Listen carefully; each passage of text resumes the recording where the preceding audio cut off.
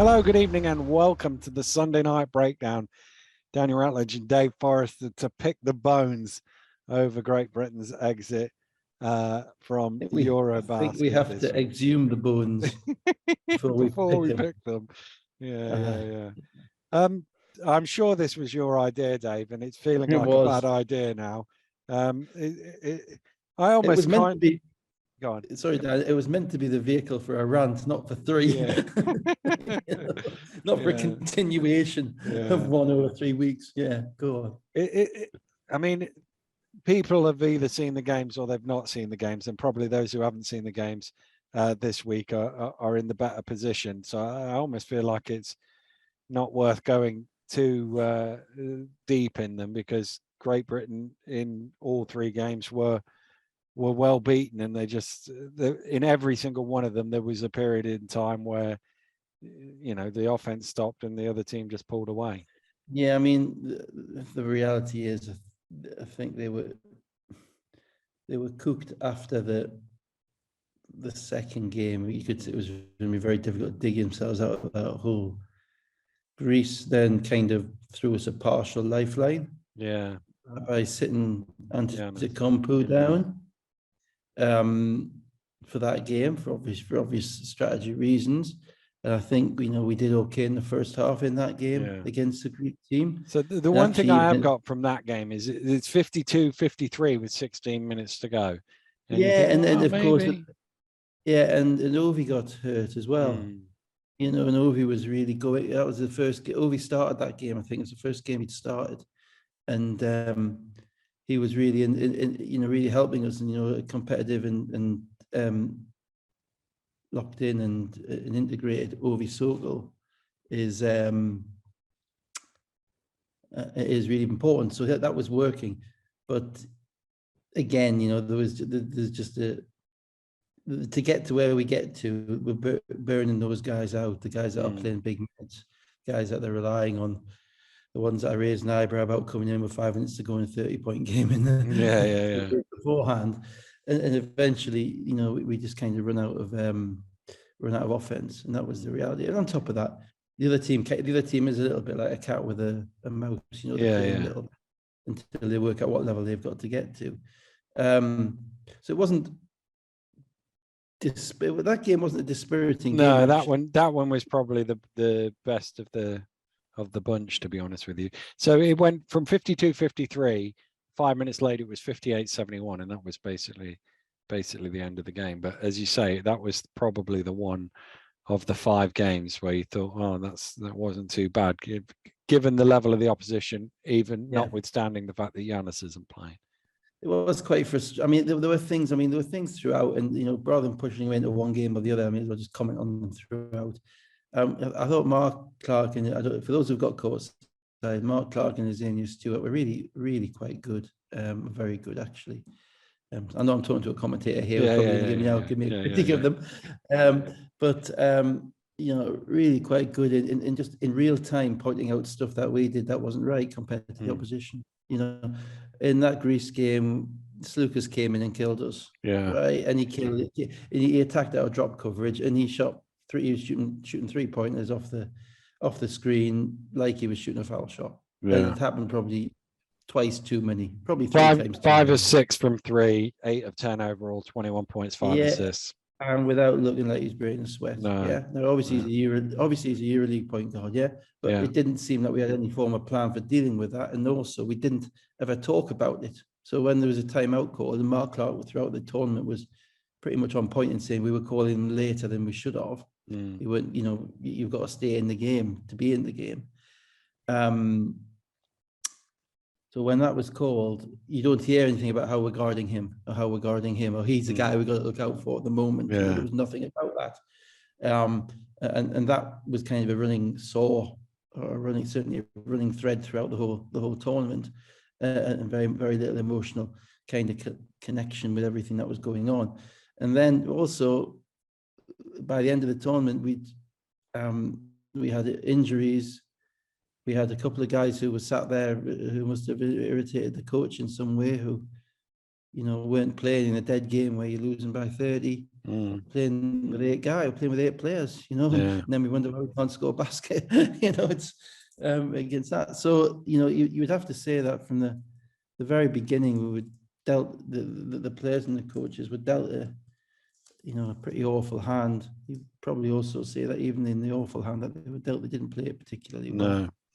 Certainly the organisation, the structure, and the players that they chose and that were in the game at any one time. You know, it's very, you know, we probably, if we maximise our ability, we maybe sneak a game, and maybe, or we have the, we maybe sneak a game, or at the very least we're in games. But you know, if you lose by 30, you may as well lose by 50. It's like it's not close. You know, the other team is deciding. When you get to that point, the other team is deciding how many they're going to beat you by. Yeah.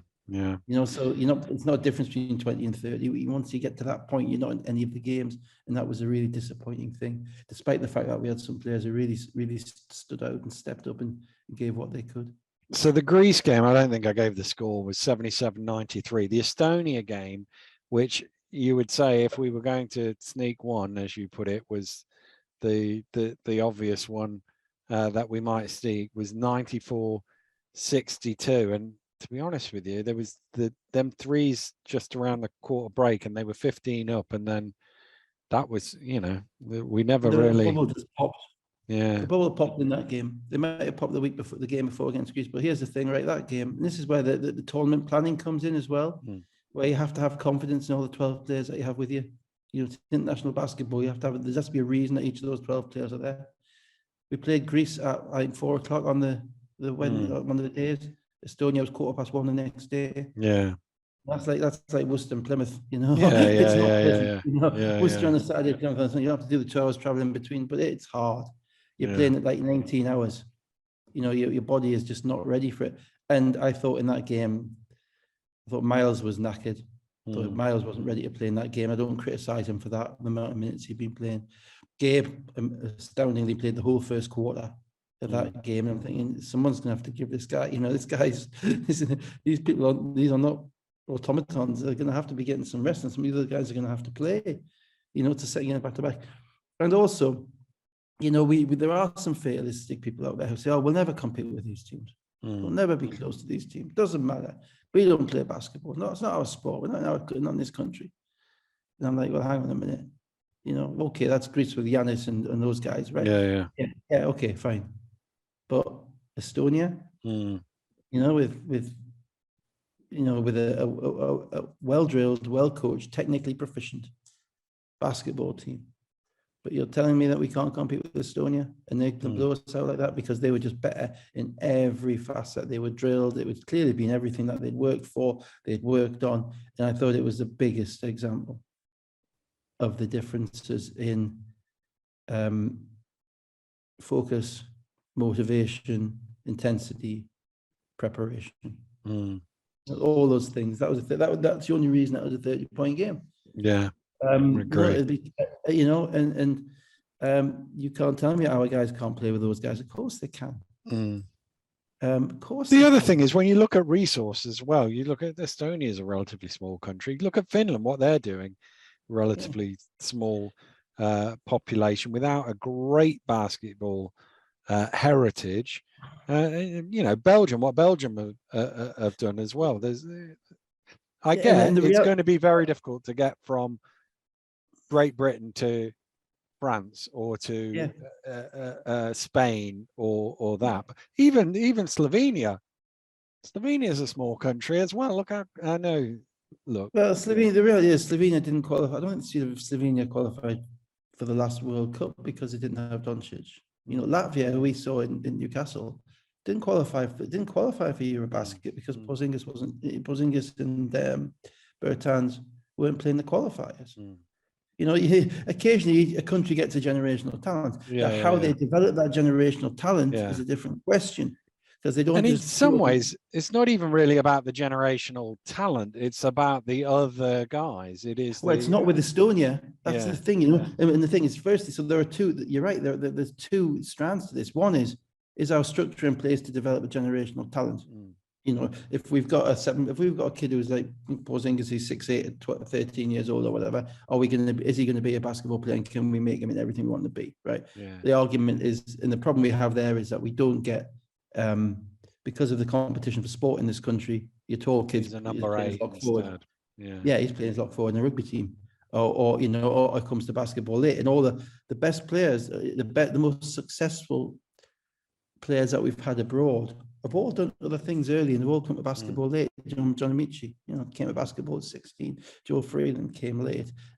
All, you know, because that's when they're almost converted to the sport. And it's tough to bring up a generational talent that way, because all the years that they've missed in the meantime. Similarly, you know, if we have a 6'6" kid, he's not being trained to be Luka Doncic, you know. Because we haven't got the same, you know, that's right. So there are issues there, but I do know that, you know, I've had an absolute pop at Basketball England in a number of different ways over the past couple of weeks. But, you know, they do with what they do focus quite substantially in relation to their Aspire program, in relation to talent ID. There is a lot going on in that way. There are a lot of good people involved in that program, a lot of good basketball people involved in that program, doing the best they can. I think the bigger issue is structural in relation to our country, in relation to the other sports that we play. Estonia doesn't have a rugby team taking its tall kids, and neither does Finland or anything like that. So when it's a second sport, and it's a sport upon which you can gain international credibility, and let's be frank, for Estonia, you know, getting to the last 8 or the last 16 of a world televised EuroBasket tournament, if they could have done it, would have been immense. You know, even, you know, we've done that. You saw that with Georgia and all the mad stuff going on in Tbilisi. You know, it is a thing. So the generational talent is one thing. It's going to be hard. But the other stuff, as you say, that's absolutely within our power. And here's the crazy thing is now, probably half or more of that team, of our GB starting team, is going to be playing the BBL next year, right? And we got no excuse not to have proper camps. We've got no excuse not to have a proper facility. The guys are going to be around. We got no excuse to do that. And in the past, they've made do with what they could in the windows. And the people who have been involved have chased and tried to get players together and done everything the very best they can just to survive. But first of all, we have to work out who's coaching the team, because presumably, if Nate wants to / does carry on, he's not going to be here in the windows in the same way he has. I don't think he can carry on. I mean, I don't see any logical or feasible basis. He's not going to be here for the next 2 windows, where, you know, there might not be a summer. I don't know what the summer window would be if we don't qualify for the World Cup, which is most likely. I can't see him coming back to coach against Luxembourg in the summer if we're in one of the qualifying rounds next summer. And he's 0-9, you know. It's hard, but eventually, you know, there's a stopping off point, and in no way do you expect him to be 6-3 or even 2-7 with the competition that he's taken on.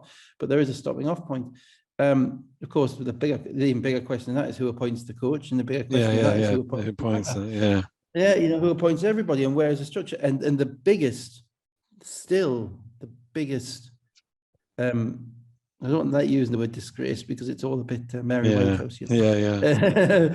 But for me, it's got to the point now where it is utterly disgraceful that there has been no formal comment from anybody in charge of this program. You know, I talked a couple of weeks ago about how, you know, it would have been good to get someone on board beforehand to set a direction out for the program. Talked last week about how it would have been good to have people present there who could link with the players.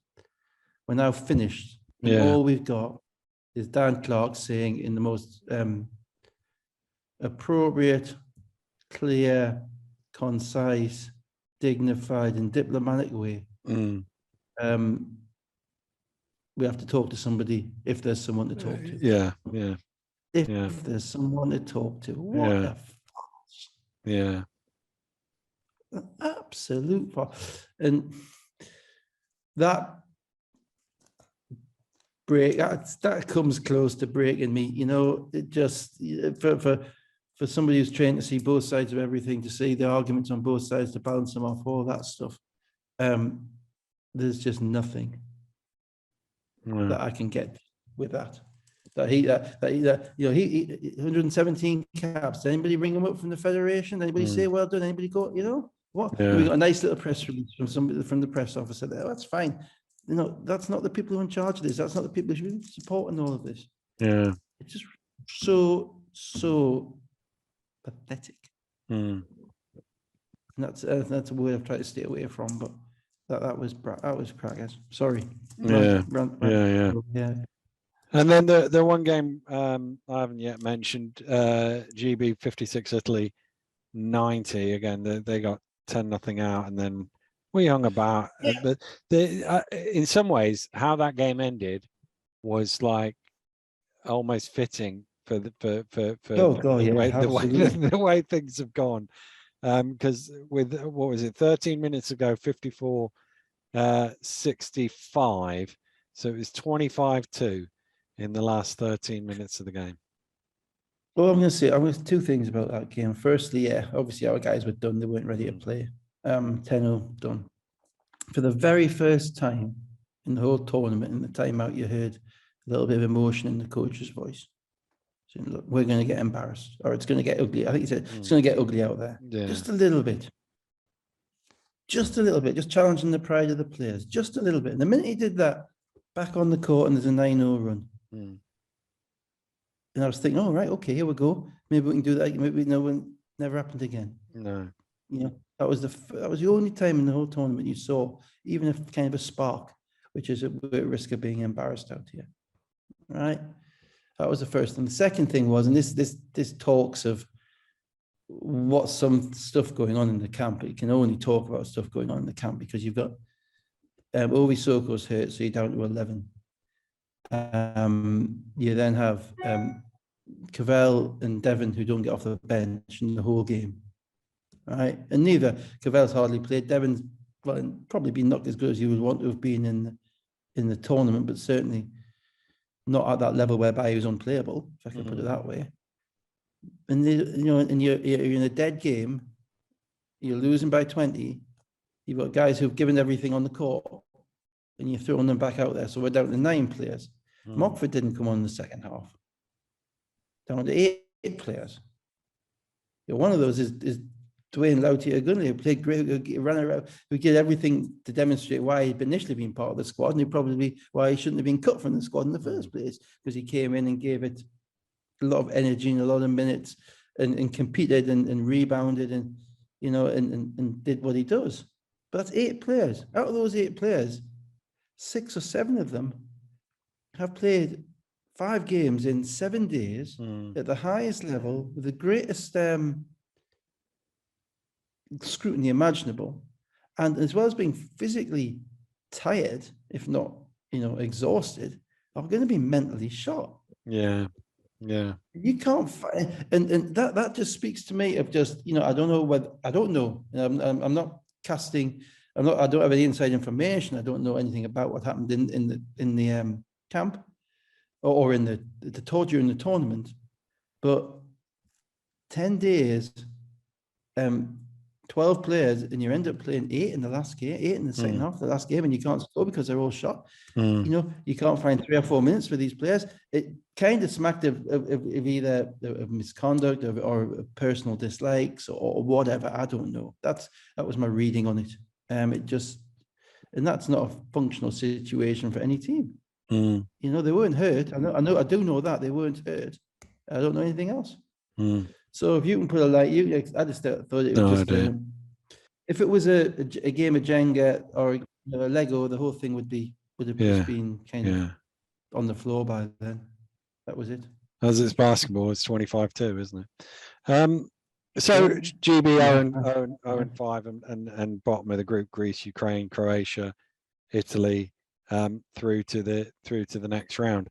I'll tell you the other thing I thought of when I was watching the Estonia game, and given your expertise in this area, I thought I'd ask you about that. Is we as a country don't really embrace the national team in the way that perhaps we ought to. I just saw all those Estonian fans there, and shout out to the Ellises. I saw Mark holding his flag before the Italy game, but there weren't great numbers of Great Britain fans who made the trip, given it's not that difficult and difficult a trip to get to. I know you went to, was it Poland you went to in 2009? I went to Poland 2009. Yeah, that was when I was young. I had a 1-year-old child I was ready for a break from, and slightly fewer responsibilities. But it kind of plays into the thing that So I coached with. It kind of plays into the thing that Drew Lasker was saying after the Latvia game about the atmosphere, and actually how the Latvians had made the atmosphere more than the British.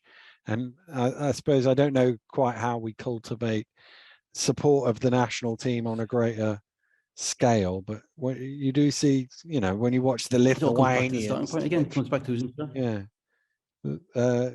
I was in China a few years back, and there was hundreds and hundreds of Lithuanians, and given how hard it is to get into China, it's just an observation. Yeah, well, when I was in Poland, the Slovenians, we played Slovenia, and they had 8,000 or 8,100 venue. It was crazy. Yeah. Slovenians were absolutely crazy. It was brilliant. It was a great environment, and we're not going to get that, because that's not, you know, we get our sporting events, or people go to Lords, people go to Twickenham, 85,000 people sing Swing Low Street Chariot. Yeah, you know, they don't. And they're, you know, throwing missiles at the ref. No. Unless you're in Wembley. But no, we're not going to get to that point. In relation to a fan culture, but it starts with visibility, and visibility starts at the top, and the top is, we talked about already, the board. Everything stems from the board, the Gary Neville argument again, right? The fact is, we have a world-class basketball tournament, probably the world-class basketball tournament, with world-class named NBA superstars playing on our doorstep, and it's not on TV anywhere. It's not on free sport. Right? It's not anywhere on TV, right? You know, I know people at work who know a little bit about basketball, who don't follow the sport, but you know, they'll watch the NBA when it's on Sky and that type of thing, right? They know Giannis, they know Jokic, they know these guys. They don't know that they're playing at the moment. No. Right? When we had EuroLeague Final Four here in London, no one knew. You know, and that visibility on that, you're not going to get it automatically. Now, it's crazy because, you know, Sky has done a pretty good job, and I'm not saying this because you're on that platform as well, but done a pretty good job in relation to the NBA in pushing it. They've got, you know, they do proper roundup show. They have a couple of very good analysts literally on our doorstep. Fantastic basketball. I thoroughly enjoyed watching it. Some fantastic games. You know, Gobert yesterday dunking it with 2 seconds to go, and, you know, to tie a game. Fantastic basketball. And nowhere, cricket, tumbleweed, whatever. And that is, I'm afraid, the federation. You know, I'm having to listen to I've got nothing against women's sports, right? But I'm going on Radio 5 Live Sports Extra the same time as our first. I'm driving during work, driving around for work. First game of EuroBasket, Radio Live Sports Extra. I'm listening to the Women's 100. Right? Well, I know that BBC's put a lot of money into that, but it's a lower level competition. It's a group game. It's with very little on it.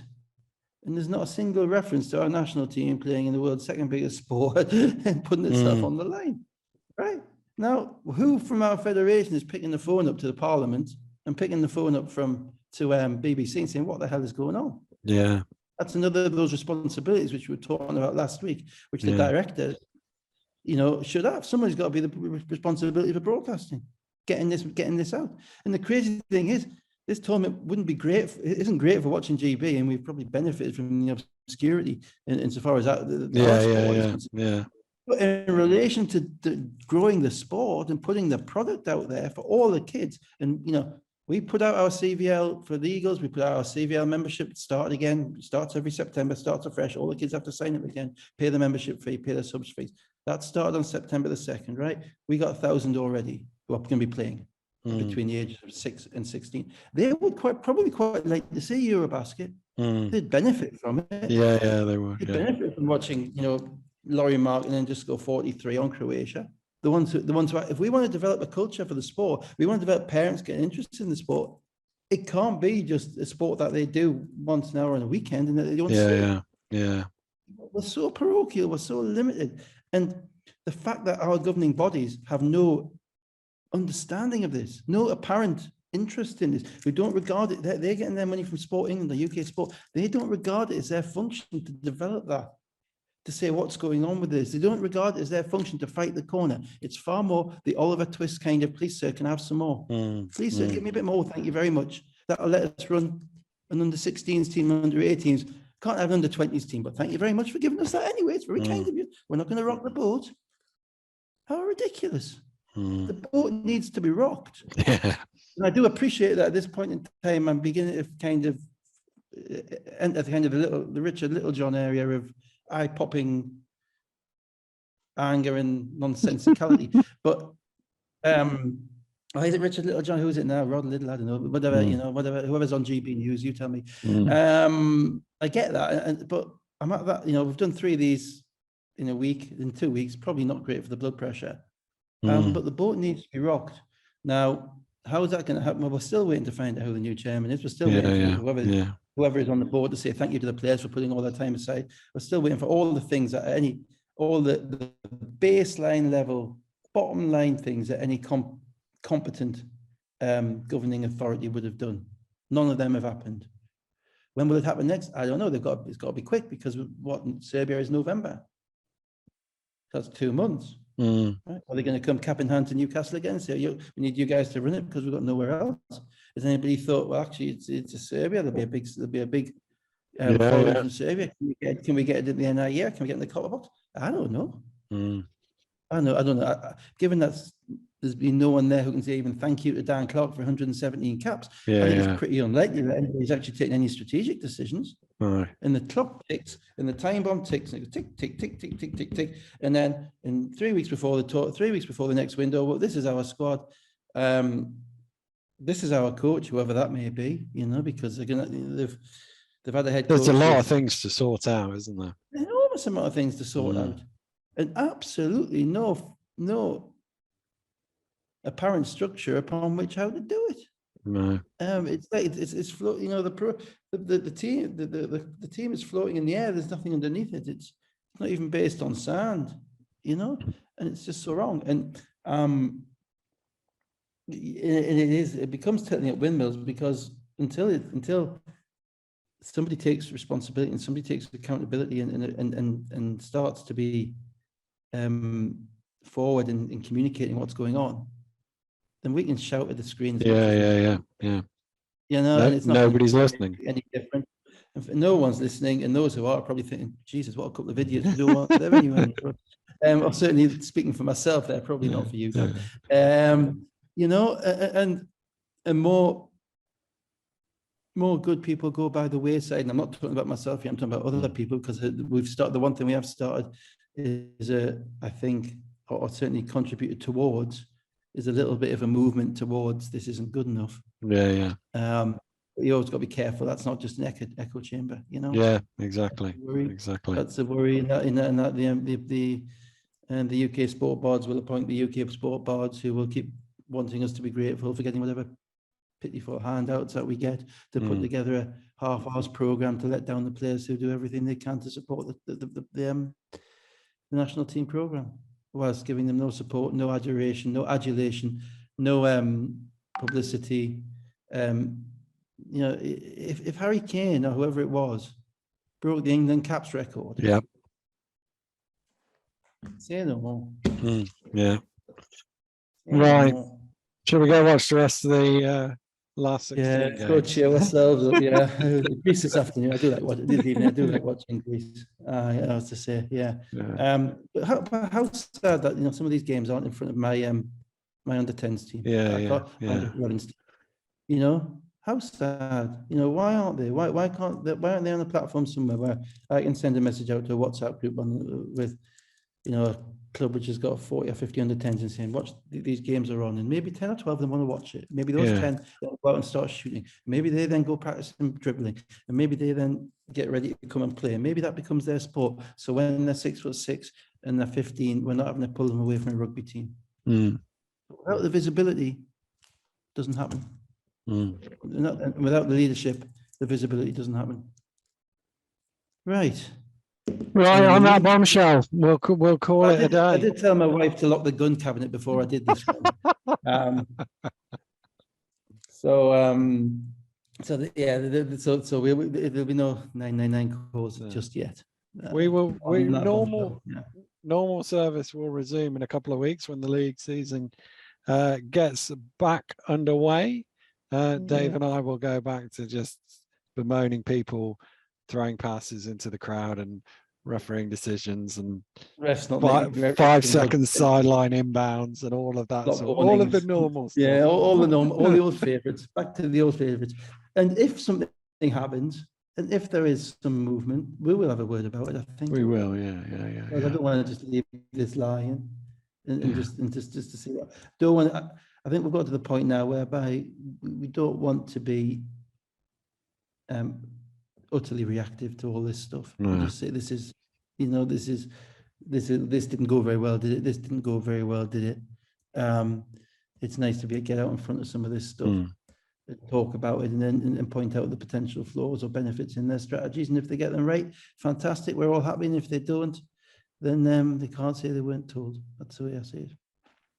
Indeed. So we will be back in a few weeks' time. Is it 2 weeks now? Is it 2 weeks? 2 weeks, I think, to Leicester's little sojourn over to you. And probably the first game, I think, is probably that weekend. Yeah, that's the same weekend as the league season starts. They start on a Friday or a Thursday. I can't remember. The Leicester game is on Wednesday. Yeah, so that's the first game. Yeah. So we'll do that game we'll do them on the Sunday, shall we? Yeah. So we'll be back for that. But for now, have a great week or two, and we'll see you then. Goodbye.